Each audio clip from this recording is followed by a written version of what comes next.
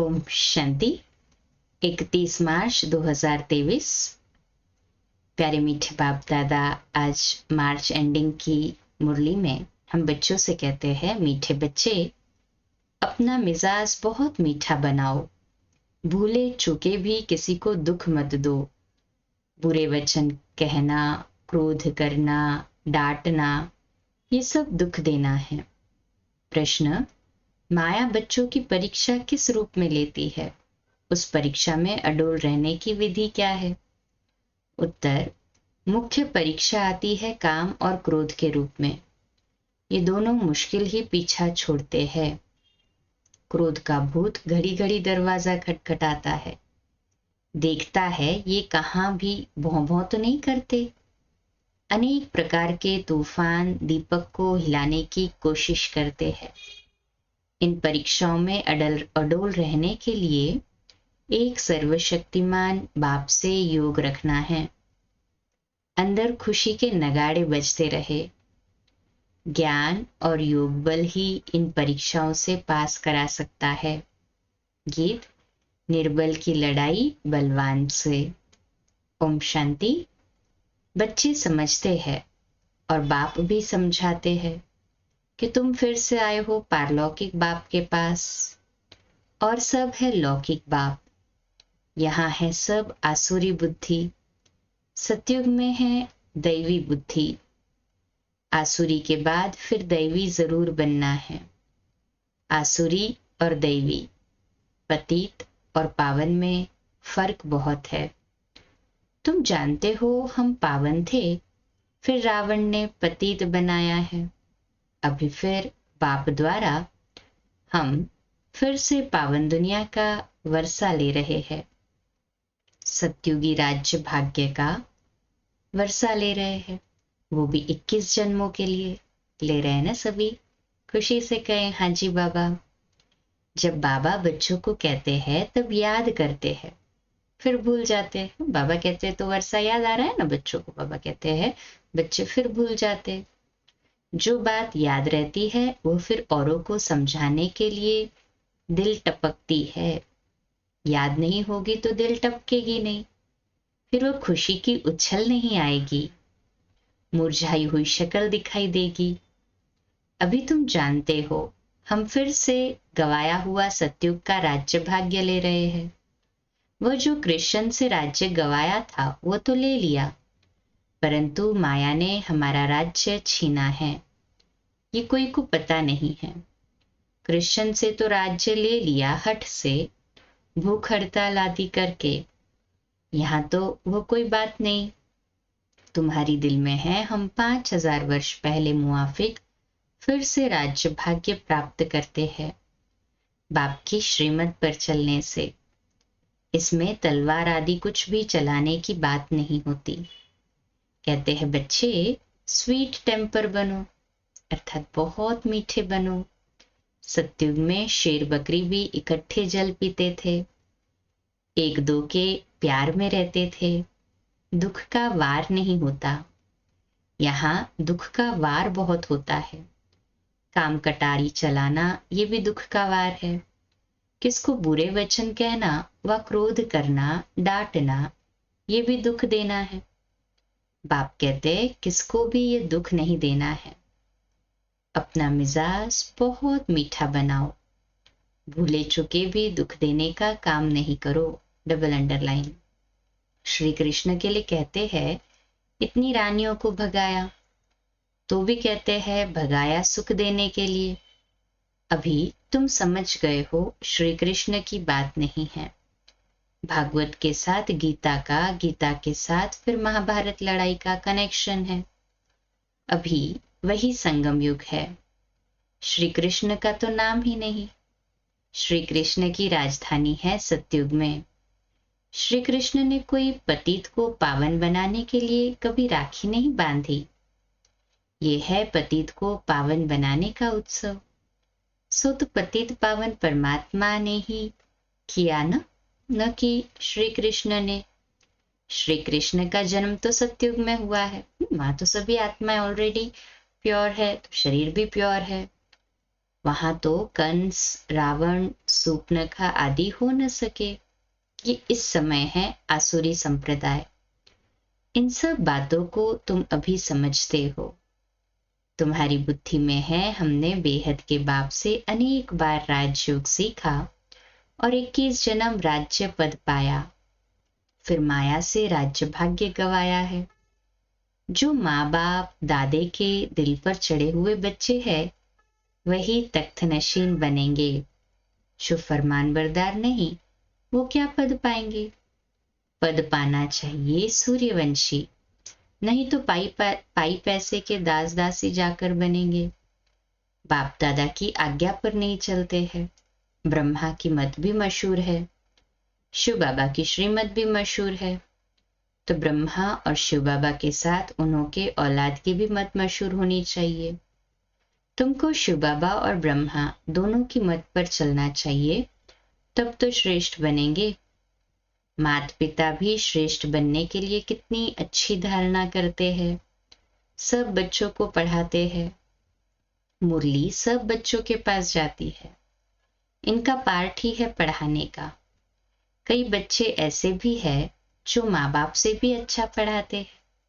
शिव बाबा की तो बात ही ऊंच ठहरी, परंतु मम्मा बाबा से भी इस समय होशियार बच्चे हैं।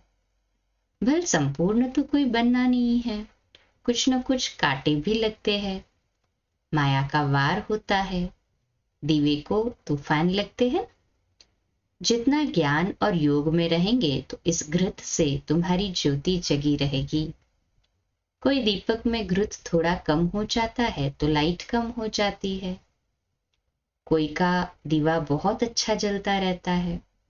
आत्मा रूपी दीवे को ही तूफान लगता है। तूफान तो लगेंगे ना। बाबा कहते हैं नंबर 1 अनुभवी मैं हूं। ब्रह्मा बाबा सबसे नंबर 1 अनुभवी है। रुस्तम से जरूर माया रुस्तम होकर लड़ेगी। बाप समझाते हैं, हे दीवे, ऐसे ऐसे तूफान आएंगे, परंतु कर्मेंद्रियों से कोई पाप नहीं करना। कोई ने कुछ कहा तो एक कान से सुन दूसरे से निकाल दिया। ऐसा अभ्यास करना पड़े। क्रोध भी मनुष्य की पूरी ही सत्यानाश कर देता है। ये भी बड़ी परीक्षा होती है। क्रोध का भूत आकर दरवाजा ठोकते हैं, देखे भौं भौं करते हैं। अगर कोई भौं भौं करने लग पड़ते हैं तो दीवा बुझ जाता है। माया सब की परीक्षा लेती रहती है। समझा जाता है इनमें तो क्रोध था नहीं, अब फिर इनमें क्रोध आ गया है। बाबा के पास बहुत अच्छे अच्छे बच्चे थे। माया का तूफान सहन नहीं कर सके तो गिर पड़े, फिर कहा जाता है किस्मत। हम परीक्षा में ठहर नहीं सकते। बच्चों को तो परीक्षा में बड़ा अडोल रहना है। अंगद मिसल, ये भी एक मिसाल है। तुम बच्चों के अंदर खुशी के नगाड़े बजने चाहिए। सर्वशक्तिवान बाबा के साथ योग रखने से मदद आपे ही मिलती रहती है। कोई हथियार पावर नहीं लेते। बाबा सब युक्ति सिखलाते हैं। बाप को याद करो तो विकर्म विनाश होंगे। क्रोध की भी स्टेजेस होती है। काम का भूत तो बड़ा खराब है। शल कोई में काम का भूत फिर से प्रवेश न करे, उनको योग बल से निकाल देना है। योग से ही क्रोध का भी भूत निकलता है। घड़ी घड़ी दरवाजा खटखटाते हैं, कहा मार्जिन देखी और घुस पड़ते। ये 5 चोर अंदर बहुत घाटा डाल देते हैं। 5 चोर अर्थात 5 विकार, काम, क्रोध, लोभ, मोह, अहंकार। बाबा कहते हैं अंदर में बहुत घाटा डाल देते ये चोर। हम कितने साहूकार थे, 5 विकारों ने कंगाल बना दिया है। इनका बड़ा सरदार है काम, सेकंड नंबर है क्रोध। काम बच्चू बादशाह है, बड़ा मुश्किल से पीछा छोड़ते हैं। बड़ा भारी दुश्मन है, बहुत तंग करते हैं। बेचारी अबलाएं कितनी मार खाती है, उन्हों की फरियाद सुनी नहीं जाती। ये फरियाद सिर्फ एक बाप ही सुनने वाला है, परंतु वह भी सच्चे जो होंगे उन्हों की सुनेंगे, झूठों की नहीं। तो ये विकार मनुष्य को एकदम डर्टी बना देते हैं। क्रोध की बीमारी उथल पड़ी तो क्रोध अपनी भी सत्यानाश कराते हैं, दूसरे की भी खुराक बंद हो जाती है। हंगामा होता है ना, तो बाप से जो खुराक लेने आते हैं उन्हों का वह बंद हो जाता है, उन्हों पर बंधन आ जाता है। फिर उनकी अविनाशी भविष्य जन्म जन्मांतर की आजीविका बंद हो जाती है। कितना बड़ा घाटा पड़ जाता है ना, सोचो। क्रोध आया और खुद का ही नुकसान कर दिया। बाबा आज वर्ड यूज करते, सत्यानाश हो जाता है उससे। मुरली रूपी खुराक बंद हो गई, ज्ञान अमृत बंद हो गया, तो फिर बाबा के साथ योग भी नहीं रहता, बुद्धि पूरी लॉक हो जाती है ना। तो बाबा कहते हैं ऐसे जो परमपिता परमात्मा से वर्षा लेने में विघ्न डालते हैं, उन पर कितना पाप पड़ेगा। जो बंधन डालते हैं उन पर बात मत पूछो। वह जैसे कि अपने ऊपर कृपा के बदले श्राप डालते हैं। कोई ट्रेटर बन जाते हैं तो कितने का नुकसान करते हैं। भविष्य हीरे जैसा जीवन बनाने में रुकावट पड़ती है। इसलिए बाप कहते हैं महापापी, महाबेसमझ, महाकमबख्त देखना हो तो यहाँ देखो। कोई अखबार में उल्टा सुल्टा डाल देते हैं तो बेचारी माताओं पर कितनी आपदाएं आ जाती है। जानते हुए और फिर कुछ करते हैं तो उन पर धर्मराज की कितनी मार पड़ेगी। बाप कहते हैं ऐसा काम कोई नहीं करे जो ट्रेटर बने और अबलाओं पर अत्याचार हो। उनको गाजी भी कहा जाता है।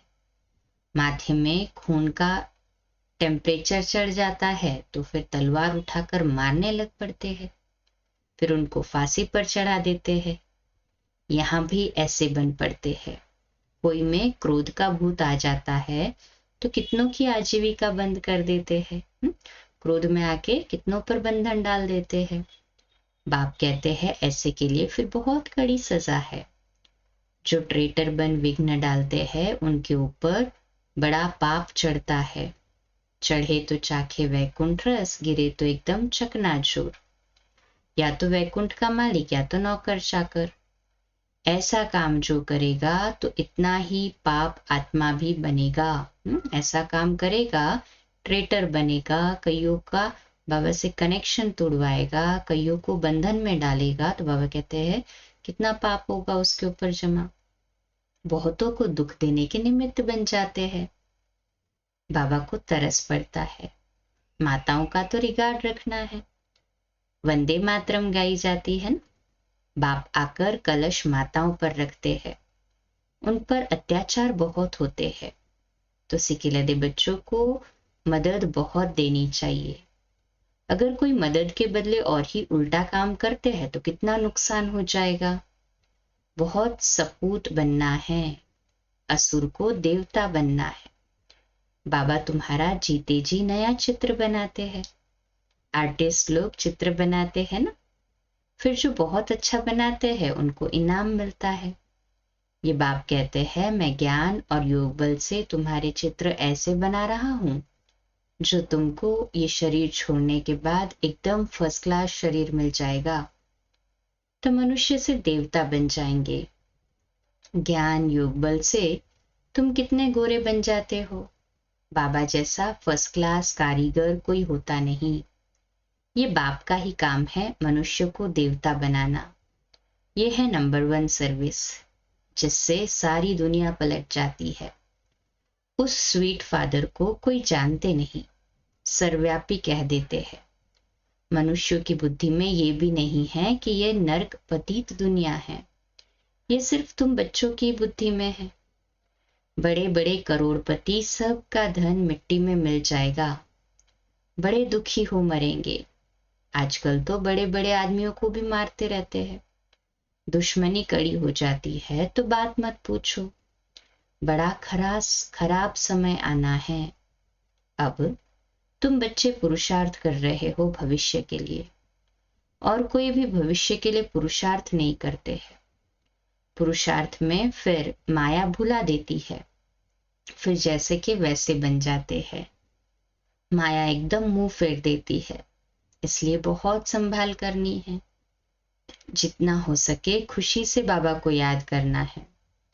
हम बाप से 21 जन्म सुख का वर्षा ले रहे हैं। फिर से ले रहे हैं ना सुख का वर्षा 21 जन्म का। कहे हाँ जी बाबा, बाप को याद करने से खुशी होगी। वह इन आंखों से महल आदि देखते हैं तब खुशी होती है। तुम दिव्य दृष्टि से अथवा ज्ञान के तीसरे नेत्र से जानते हो कि हम बाप से सदा सुख का वर्षा लेते हैं। अगर बाप की मत पर चलेंगे तो सावधान तो करते रहते हैं, बच्चे श्रीमत पर बहुत मीठा बनो, चुप रहो और बाप को याद करो। तुम बच्चों जैसा सौभाग्यशाली इस सृष्टि पर कोई नहीं है। तुम स्वर्ग का मालिक बनते हो, वहां बड़ा सुख है। ये भी जानते हैं राजयोग वही सीखेंगे जो कल पहले सीखे होंगे। तुम देखते हो पंडे सर्विस कर फूलों को व कलियों को बागवान के पास ले आते हैं, फिर उन्हों को सर्विस की आफरीन भी मिलती है। ज्ञान है बहुत सहज। इस जीवन को मोस्ट वैल्यूएबल कहा जाता है। पत्थर से हीरे जैसा, करीब से साहूकार बनते हैं। गाया हुआ भी है अतीन्द्रिय सुखमय जीवन, गोप गोपियों से पूछो। कौन सी गोप गोपियां? जैसे बाबा ने सुनाया, यह है बड़ी लॉटरी। बाप स्वर्ग का रचयिता है तो बाप और स्वर्ग को याद करना बहुत सहज है। विश्व का मालिक बनना कम बात थोड़ी है। वहां दूसरा कोई धर्म होता नहीं। बच्चे जान गए हैं कि हमने आधा कल्प अनेक प्रकार के दुख देखे हैं। अब बहुत अच्छा पुरुषार्थ करना चाहिए। इस दुनिया में कोई सुखी हो नहीं सकता, वहां तो सब सुखी होंगे सतयुग में। ऐसे सुख के राज्य में ऊंच पद पाने में मजा बहुत है। बाबा कहते बॉक्सिंग में घड़ी घड़ी थप्पड़ खाते गिरते नहीं रहना है। मायावार करेगी फिर गिरेंगे फिर चढ़ेंगे नहीं। विकार में गिरा तो एकदम जोर से चोट लग जाती है। क्रोध भी बहुत खराब है, घड़ी घड़ी चोट नहीं खानी चाहिए, नहीं तो गिर पड़ेंगे। अच्छा, मीठे मीठे सिकिलते बच्चों प्रति माता पिता बाप दादा का याद प्यार और गुड मॉर्निंग। रूहानी बाप की रूहानी बच्चों को नमस्ते। हम रूहानी बच्चों की रूहानी माता पिता बाप दादा को याद प्यार, गुड मॉर्निंग और नमस्ते। वाह बाबा वाह, शुक्रिया बाबा शुक्रिया। धारणा के लिए मुख्य सार है, पहला पॉइंट, ऐसा कोई भी कर्म नहीं करना है जो अपने ऊपर कृपा के बजाय श्राप आ जाए। कोई भी भूत के वश हो ट्रेटर कभी नहीं बनना है। दूसरी पॉइंट, श्रीमत पर बहुत बहुत मीठा बनना है, चुप रहना है, बहुत मीठे मिजाज से बात करनी है, कभी काम या क्रोध के वश नहीं होना है। आज का मीठा वरदान, सरल संस्कारों द्वारा अच्छे बुरे की आकर्षण से परे रहने वाले सदा हर्षित मुख भव। आज का हमारा स्वमान है, मैं हर्षित मुख आत्मा हूं। विश्लेषण, अपने संस्कारों को ऐसा इजी सरल बनाओ तो हर कार्य करते भी इजी रहेंगे। यदि संस्कार टाइट है तो सरकमस्टांस भी टाइट हो जाते हैं। संबंध संपर्क वाले भी टाइट व्यवहार करते हैं। टाइट अर्थात खींचातान में रहने वाले। इसलिए सरल संस्कारों द्वारा ड्रामा के हर दृश्य को देखते हुए अच्छे और बुरे की आकर्षण से परे रहो। न अच्छाई आकर्षित करे और न बुराई तब हर्षित कर सके। हाँ, बाबा कहते हैं न अच्छाई आकर्षित करे और न बुराई तब हर्षित, न बुराई, न अच्छाई आकर्षित करे किसी की न बुराई। बाबा कहते तभी हर्षित रह सकेंगे। जितनी अवस्था स्थित प्रज्ञ होगी उतना ही नेचुरली स्टेबल रह के हर्षित मुख रह सकते। स्लोगन है, जो सर्व प्राप्तियों से संपन्न है वही इच्छा मात्रम अविद्या है। जो सर्व प्राप्तियों से संपन्न है वही इच्छा मात्रम अविद्या है ना। सभी सर्व प्राप्तियों से संपन्न कहे हाँ जी बाबा। तो आज तक का 31 मार्च को, मार्च एंडिंग में सब पुराना अकाउंट सेटल करते हैं ना, नया स्टार्ट करते हैं। तो आज अपने कर्मों की बैलेंस शीट को सेटल कर दे। जो हुआ जैसा हुआ सबको फुल स्टॉप बिंदी लगा के सभी के लिए मनसा वाचा कर्मणा शुभ भावना रख अपने टेम्पर को बहुत मीठा बहुत स्वीट रखना है। सभी के साथ में मीठा बोलना है। इसके लिए सभी के लिए अच्छा अच्छा और केवल अच्छा ही सोचना है। अच्छा, कम बोलो, धीरे बोलो, मीठा बोलो, सत्य बोलो, सोच समझकर बोलो, निमित्त भाव, निर्माण भाव, निर्मल वाणी। रात्रि क्लास आज अव्यक्त वाणी पर 8:45 बजे, कल सुबह अमृत वेला 3:30 से 4:30 और मुरली क्लास प्रातः 4:45 बजे।